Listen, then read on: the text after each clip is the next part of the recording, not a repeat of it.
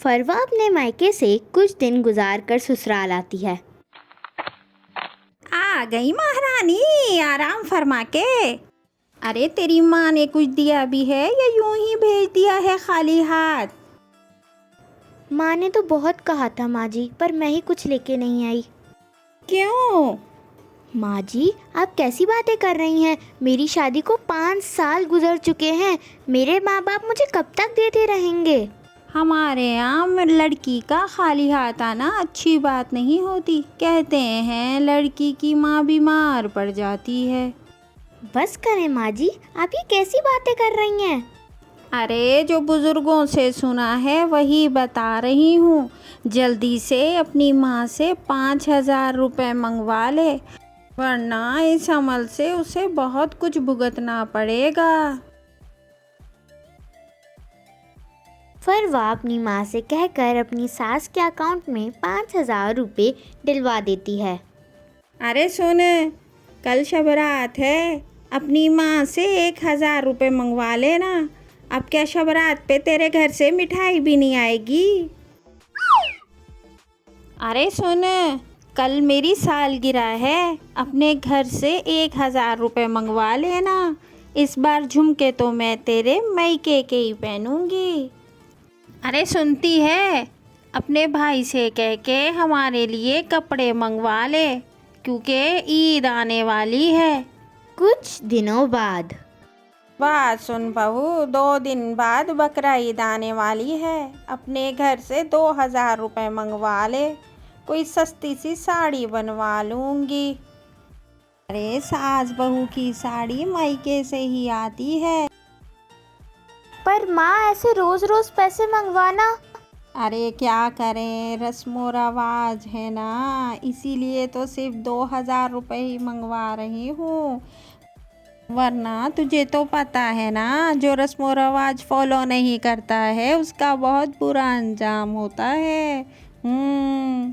चल शाबाश, अब जल्दी फ़ोन कर दे उन्हें। फरवा वहाँ से रोते हुए चली जाती है। उसकी सास कभी किसी न किसी बहाने से उसके मैके से पैसे मंगवा लेती है। अरे देखिए ना, आज माँ ने फिर मेरे घर से पैसे मंगवाए हैं। अरे तो कोई रिवाज होगा ना, इसीलिए मंगवाए होंगे। अरे आप भी, ऐसा क्या रिवाज है कि माँ बाप अपनी बेटी भी दें और फिर सारी ज़िंदगी पैसे भी बढ़ते रहें? देखो फरवा, ये तुम्हारा और अम्मी का मामला है, मुझे इसमें मत घसीटो। अब मुझे ही कुछ करना पड़ेगा। फिर कब तक मैं अपने ससुराल की ख्वाहिशों का बोझ अपने माँ बाप पे डालती रहूँगी। अगली सुबह। वो मेरे भैया के यहाँ बेटा हुआ था ना, सनी। हाँ हाँ, मुझे पता है, जब से तेरी माँ को बड़ा गरूर आ गया है। अरे वो सब छोड़िए माँ जी, 2 दिन बाद सनी का पहला जन्मदिन है। अच्छा, तो क्या क्या तोहफे आ रहे हैं हमारे लिए? हाय अल्लाह, नहीं माँ जी, भतीजे की पहली सालगिरह पर उसकी बुआ उसके लिए सोने का झूला लाती है। अरे पागल हो गई है क्या? एक सोने का झूला खरीदने में तेरे सारे गहने बिक जाएंगे। वो तो है माँ जी, लेकिन झूला बुआ की सास की तरफ से होता है। अरे भाई तेरा, भतीजा तेरा, सोने का झूला मैं क्यों दूँ? रिवाज माँ जी, रिवाज। अगर आपने सोने का झूला नहीं दिया तो आप कुछ ही दिनों में अल्लाह को प्यारी हो जाओगी। ये कहकर फरवा जोर जोर से रोने का नाटक करती है।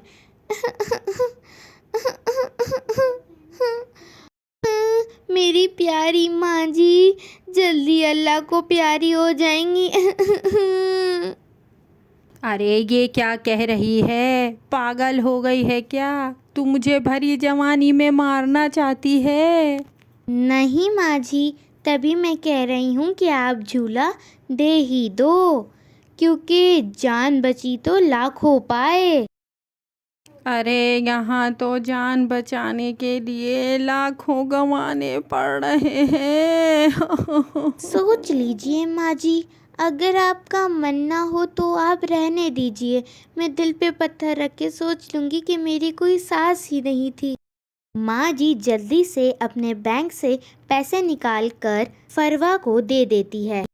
जा बहू, मेरी तरफ से अपने मायके में सोने का झूला दे आ। अरे भरी जवानी में तू मुझे मारना चाहती है। ठीक है माँ जी, मैं आज ही चली जाती हूँ।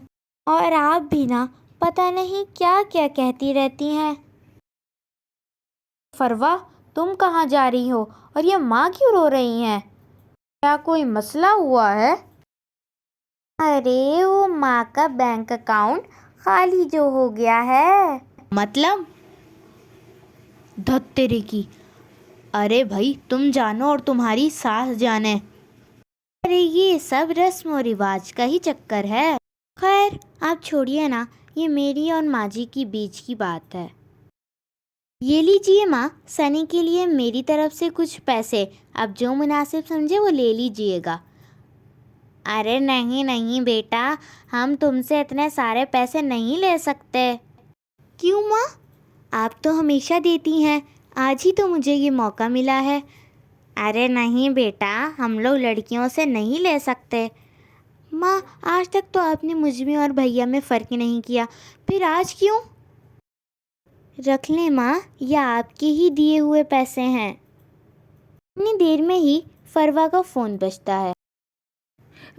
फरवा बेटा, इस दफ़ा अपने मायके से कुछ मत लाना। तेरी शादी को इतना अरसा गुजर चुका है, अब छोड़ देते हैं। लेकिन माँ, रस्मों रिवाज। अरे छोड़ रस्मों रवाजों को, इन रस्मों रवाजों के चक्करों में दिवाला निकला जा रहा है।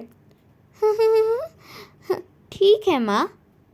कहानी से हमें ये सबक मिलता है कि हमें किसी के ऊपर भी ज़रूरत से ज़्यादा बोझ नहीं डालना चाहिए।